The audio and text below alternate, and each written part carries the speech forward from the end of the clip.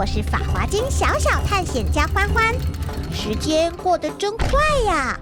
今天我们终于来到法华经的最后一个譬喻了。我们从第一个譬喻三车火灾，第二个譬喻长者穷子，第三个譬喻三草恶木，第四个譬喻化成宝处，第五个譬喻贫人系珠。到上一集的记中明珠探究中，我们都被法华经譬喻深入浅出的教导深深吸引，从不同的角度学习了佛为教导和救度众生的智慧与慈悲，进而启发自己要相信自身内在的无限力量。那即将探究的最后一个良医病子癖，必定有着最重要的启示。来吧，让我们一起完成这最后一个探索旅程。桑奇时光机启动。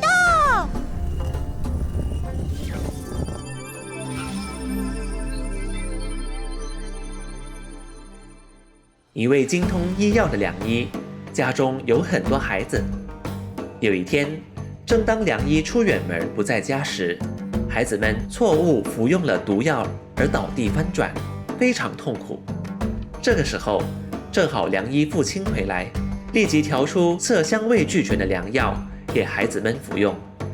还未丧失本性的孩子立刻服用而痊愈，但是毒气攻心、失去理智的孩子却心生怀疑而不肯服用良药。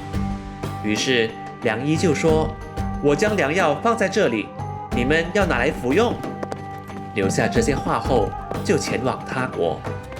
之后，父亲派人回家传话，说：“你们的父亲已过世了。”失去理智的孩子知道此事后，感到悲伤而醒悟，恢复理智后，服下父亲所留下的良药而痊愈。父亲得知此消息后，才高兴归国，与孩子们相遇。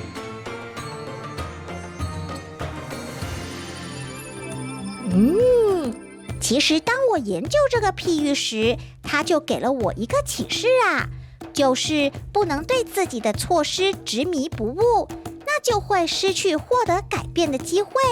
为此，法华经也就显得非常重要了。它能让我们检视自己的生命，从错误中觉悟，并做出改变。良医病子癖是在法华经受量品中的一个譬喻。这个譬喻的良医代表佛，孩子是众生，大良药就是法华经。生病的孩子求医却不愿意吃药，这种小孩叫做颠倒的众生。孩子被毒气深入到是非不明，认为大良药不好喝，就拒绝服用。法华经指出，这叫失本心，意思是是非不分，思绪混乱的样相。所以肯服药的孩子精神立刻振作起来了，而拒绝服药的孩子则满地打滚，痛苦不堪。你们说执迷不悟是不是好可怜啊？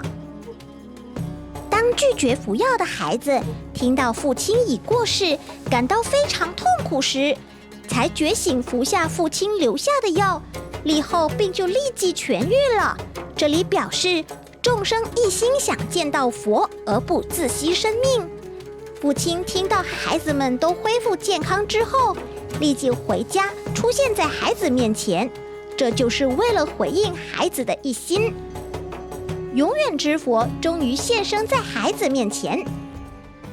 一心遇见佛是说渴望追求佛的心，心是很重要的呀，所谓心为贵耳。透过这个譬喻，也让我学习到人不可以傲慢，一旦傲慢了，就不能由衷燃起求道心，也就无法真正理解佛法了。不管成佛或到达佛界，唯有靠不自惜生命的信心。如果丧失了这份心，佛法将不存在了。这个譬喻的主题是说，要认真追求佛留下的法，将能见到久远的佛。也就是说，只要有信心的一念，不自惜生命的一心，就能显现久远的佛界，所以必须好好信心起来。